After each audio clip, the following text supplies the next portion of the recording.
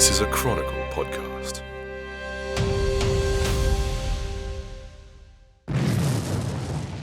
This is the history of the greatest of all man-made events. These men are part of that history.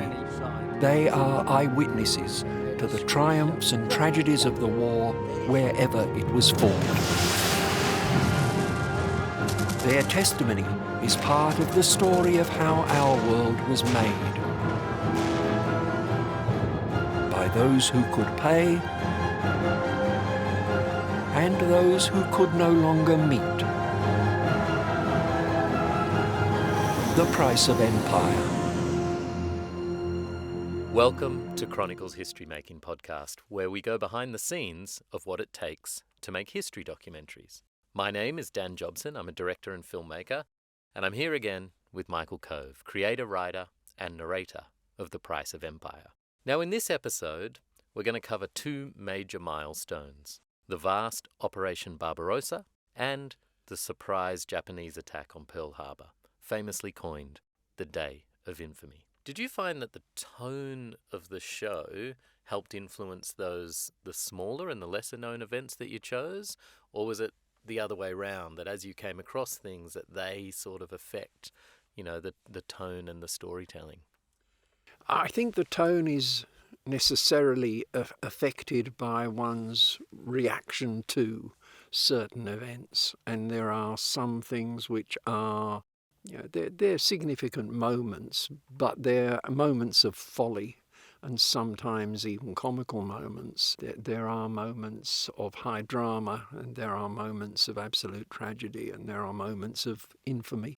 In an event described as the largest man-made event in history, in an event like the Second World War, it's inevitable that there should be quite a substantial range of events in terms of how do you assess their gravity, how do you assess their significance, how do you assess their terror, or whatever it might be. And I think that just comes through in the way in which you as an individual respond to learning about them and then reporting on that, as it were. Well, let's get into Operation Barbarossa. Now, Barbarossa takes its name from the legend of Frederick Barbarossa. Now, the legacy of Frederick and this notion that he would one day rise from a cave, unify Germany, and bring back about German greatness. How well do you think that myth and symbology was known at the time? It's typical of the sorts of illustrative,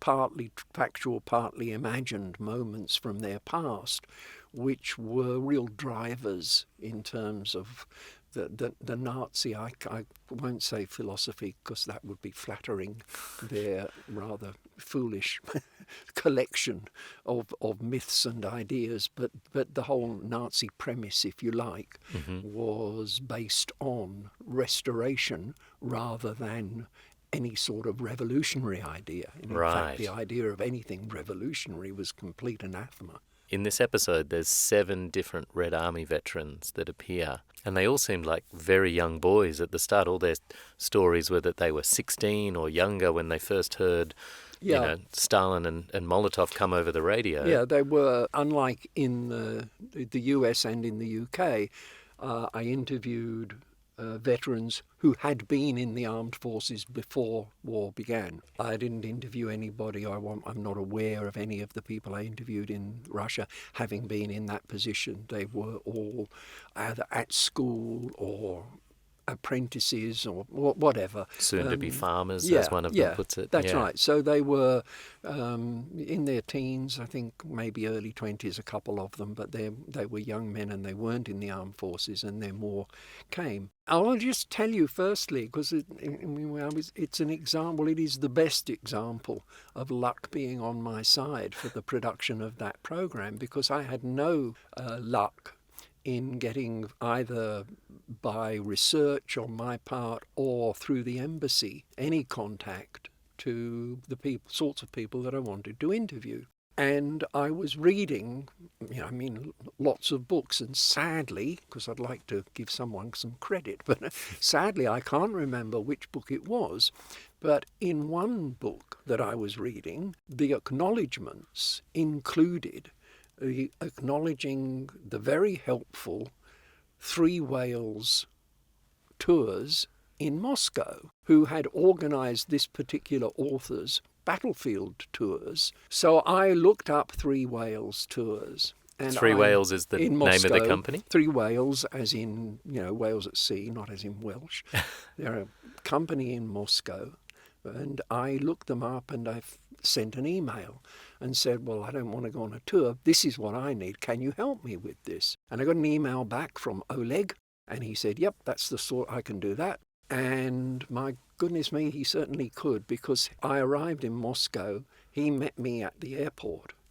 And from that moment on, I was in his hands. And every morning he would pick me up at the hotel and take me to some part of Moscow, or on a couple of occasions a fair way out of Moscow. And there were these people all waiting, many of them in their uniforms, all of them with their medals. And he'd set the whole thing up. So I was really lucky. I serendipitously got in there. Yeah, and he wasn't a sort of, as we call in our business, as you know, a fixer. He hadn't done that sort of thing before. Quite literally a tour guide. And he's a one-man operator as well. This is not a big tour company. He was one whale. And he was, so I was really lucky, and he set up all these interviews, and obviously I think there wasn't a single person who appears in the program who spoke anything other than Russian. So I was entirely in his hands and briefed him, and we had a dialogue going to get the interviews, but he conducted them. And were you sitting alongside him? Yeah, right. Yeah, and then he would occasionally turn to me and say, he talked about this, and did what do you want? Or I would then, he'd say, well, he's finished, and I'd say, well, did he mention this, or did he talk about what he was doing when he first heard about it, or whatever. Were these interviews in Moscow, were they all in their personal homes? Were they in veterans? Did you have studios? One, which I will tell you about, was way about an hour, maybe more, maybe the best part of 2 hours out of Moscow. So we drive this long distance out of Moscow, and we arrived at what we would call an aged care facility, but quite modern, quite grand looking. Okay. And we get shown into this room, which is like a huge dining room, except it's been cleared. And there's one table which is groaning with food. And at the end of the room are two cameramen, nothing to do with me. Okay. They're there to record for local television, I assume. It never was clear, as you'll discover. Yeah. The fact that this person had come from Australia to interview someone, and they were there to film me interviewing someone for their local news. Okay, right? And the person I was interviewing was this magnificent-looking gentleman with silver hair and a silver beard. He was in his uniform, and he had some sort of a grand cross hanging round his neck and all of that sort of thing. Yeah. Anyway, so we were all set up, and I put onto the table the release form. Now, for those who don't know, we necessarily get everybody we interview to sign a release saying that the interview that they have conducted, they understand what it's for, and we have their permission to use it in the program. And everybody signs. I had them prepared in all of the languages, so it was in Russian. Anyway, this woman took the copy of the release and she went, and we started to set our camera up and to talk to this magnificent-looking chap in his uniform. And giant cross. Yep. And then the woman came back and called Oleg, and Oleg went out, and Oleg came back and said, right, pack up, we've got to go. Oh, no. without conducting the interview, because the woman had decided that this man should, and she was obviously the head of the aged care facility, he shouldn't sign this thing. But the reason that she'd done that, because I said to Oleg, we've just come from interviewing, which was true, the man who had been the last Attorney General in the Soviet Union. Wow. He'd ended his career as being like the Minister for Justice in the Soviet Union, and he signed.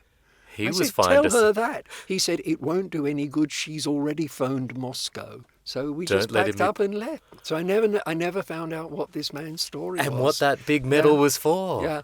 Oh, so close. Did you get any of the food from the groaning table? Really, well, and the two cameramen from the local news channel had to pack up and go home. They were left without a story as well. Yeah, Oh, so there you go. Well, I hope it was a good 2-hour journey back home. It was very depressing, but yeah, it was sad. But anyway, that was the only one, I have to say. I mean, everywhere else we went, people were extremely happy to tell their story, and we had no difficulties whatsoever. So that was interesting. So can you tell me, were there any moments you remember from all of these interviews in Moscow? Was there any really poignant moments, or did you more discover that in the transcripts later on? No, it's interesting because I have to say, in interviews that I conducted in India, there was an occasion.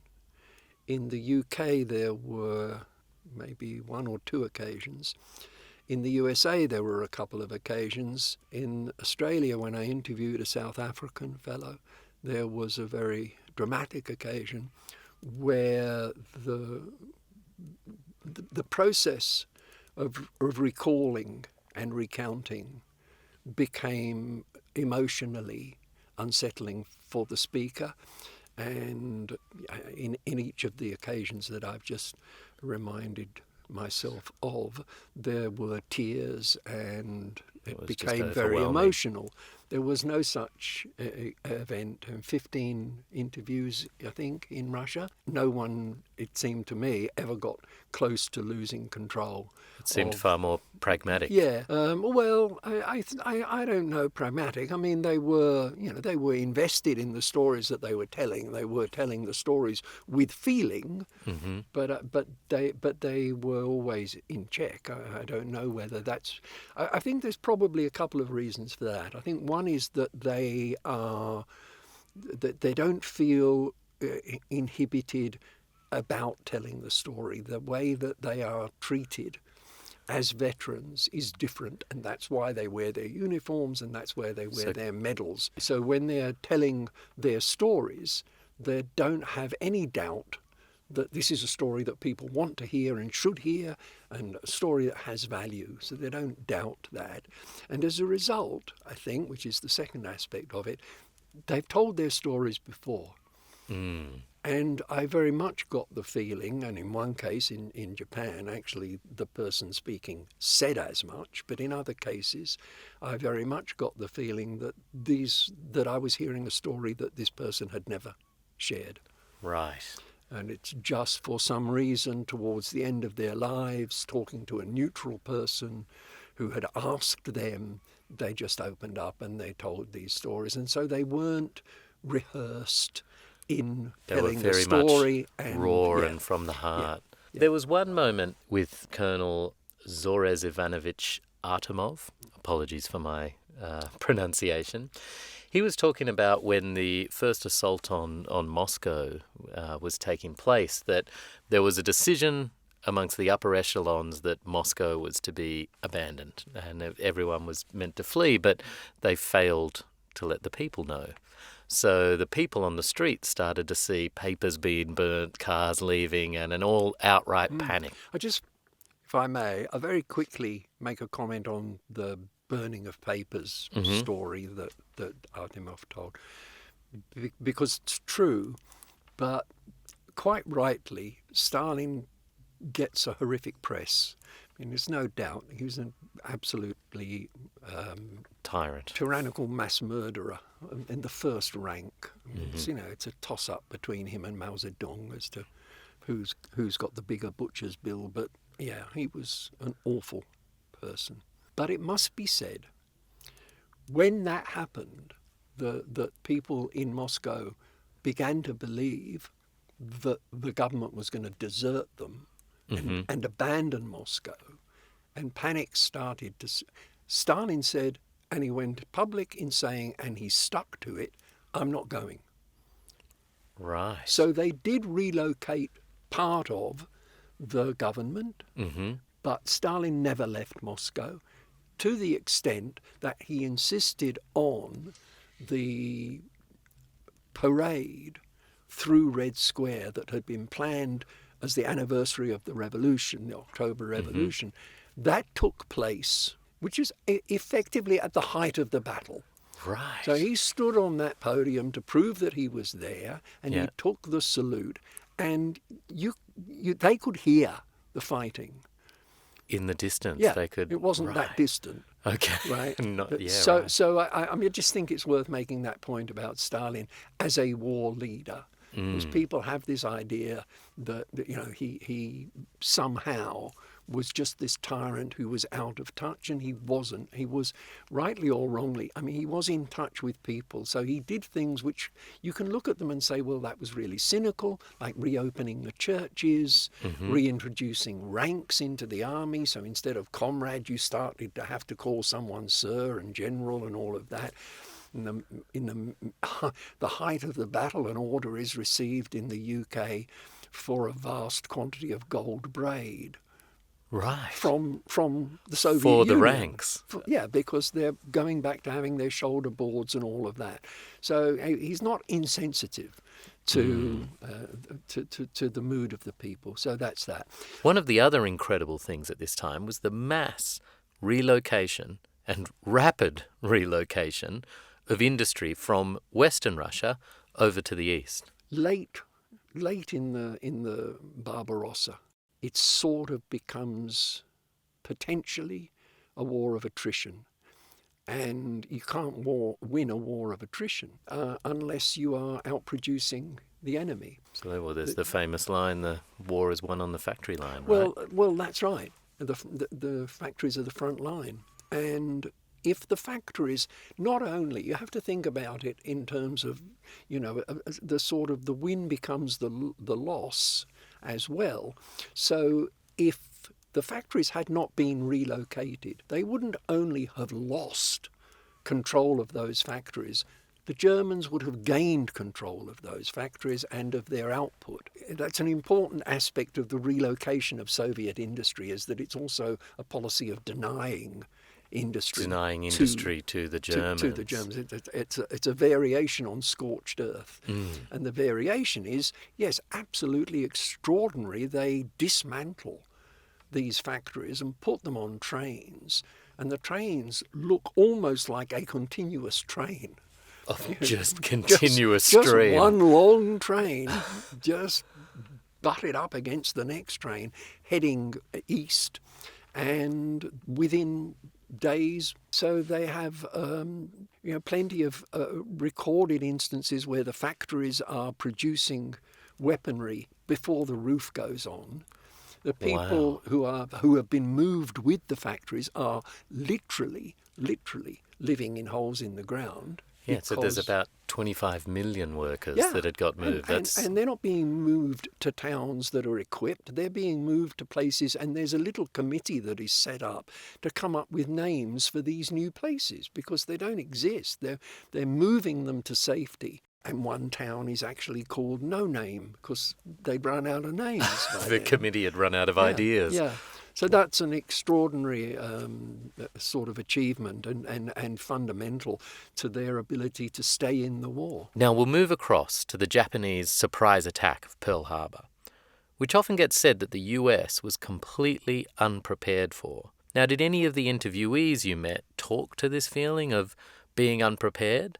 I know that Robert Erkin was there. Yeah, Robert was one of the people that I interviewed who was in the armed forces before the war. So he was a sailor who was at Pearl Harbor when the attack came in. And but it's interesting because his recollection is consistent with the stories that you hear about how unprepared people were, that he saw the planes coming in and he said to his buddy, they're exercising again.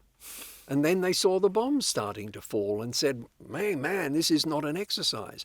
We've got to get to our stations, yeah. So I think that they were unprepared, and the question is, should they have been prepared? The war was not a surprise to the Americans. The surprise was that the attack fell on Pearl Harbor. They were expecting the Japanese to attack the Philippines. But Hitler is then to have said that the US will not be a military threat until the 60s or 70s. And at the beginning of the war, the US Army was actually ranked 18th behind Czechoslovakia. There's much discourse about the manufacturing achievements of the US, to go back on what we were just speaking about. But the sheer staggering number that you can go from 100,000 enlisted men in 41 to 14.9 million. Picture a soldier. Just picture a soldier. Because people go, they produce this many tanks and this many. 14.9 million, that's a lot of pairs of trousers.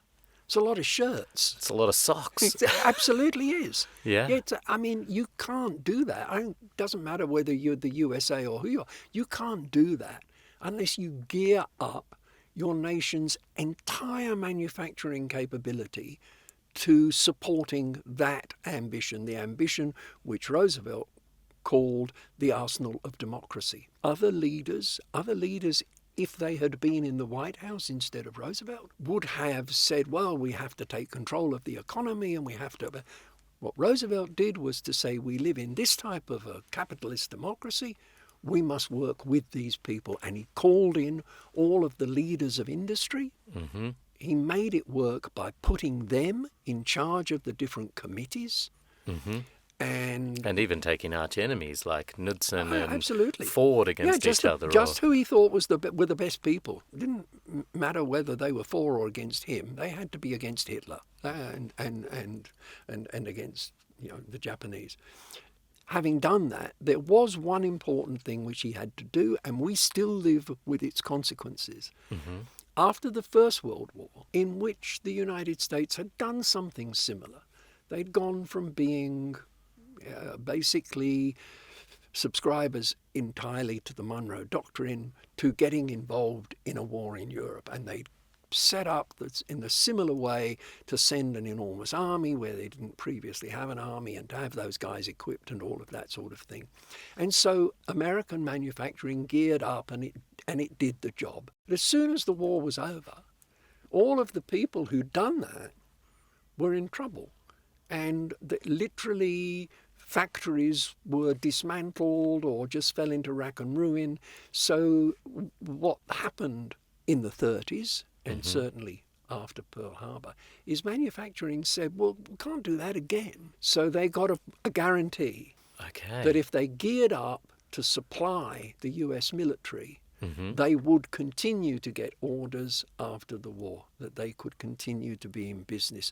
So you look at some of the plant that was built, enormous plant that was built, necessarily they wanted a guarantee that they would still be able to produce. They would still have a business after the war, and they got that. And that's why in his parting address as president, Dwight Eisenhower coined the phrase and warned people against the industrial military complex. Okay. And there's the man who was Supreme Allied Commander in Europe, became president on a Republican ticket.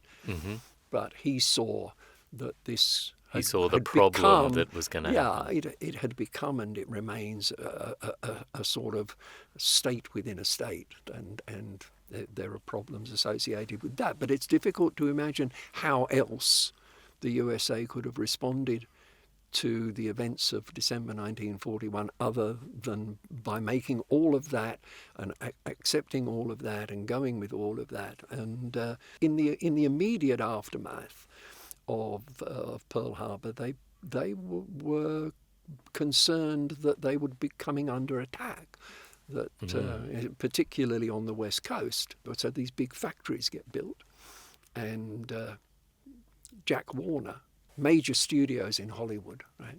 Yeah. And north of Hollywood, you get the aviation industry starting to really expand. To ramp up. So there are these huge factories going up there. And Jack Warner was concerned that from the air, these huge Hollywood sound stages looked like factories. And so he had the roof of his studio painted with an enormous arrow pointing north and the word Boeing. Pointing directly to where... Yeah, so just in case the Japanese bombers came over, they'd go, oh, okay. See whether they were deceived or whether they thought, well, just back on that notion of being prepared that we were going through in terms of Pearl Harbor. What do you think best prepared you to write this story? Was it your own interest in history and you're already vast knowledge of the subject matter, or was it the fact you were just told go for it? Yeah, I really didn't have vast knowledge when I was told to go for it. I can't say that I was completely ignorant of the topic, and I certainly wasn't completely disinterested in it. And you would imagine someone of my generation, my parents' war, and it ended. Well, why pretend otherwise? It ended the year before I was born. It was not something where I had to go, oh God, really? I don't want to do that. I said, oh, yeah, fine. I'm happy to find out more about it. But that's when the process really began. And I what I now know about it is really what I've substantially is the knowledge that I've acquired since then, both by research in terms of reading, and, which is my very great fortune, of course, by the interviews that I've conducted, not just for this, but for other shows where the interviewees have actually been significantly notable academics and writers on the topic. Well, we'll wrap this up for today, Michael. Thank you very much. It's been a pleasure, as always. Thank you. In next week's episode, we'll look at the opening of the Second Front in Europe, D-Day, the Soviet Union's Operation Barbarossa, and Japan's Operation Ichigo. You've been listening to Chronicle's History Making Podcast. I'm Dan Jobson, and I've been talking with Michael Cove, creator, narrator, and writer of The Price of Empire. You've been listening to a Chronicle podcast.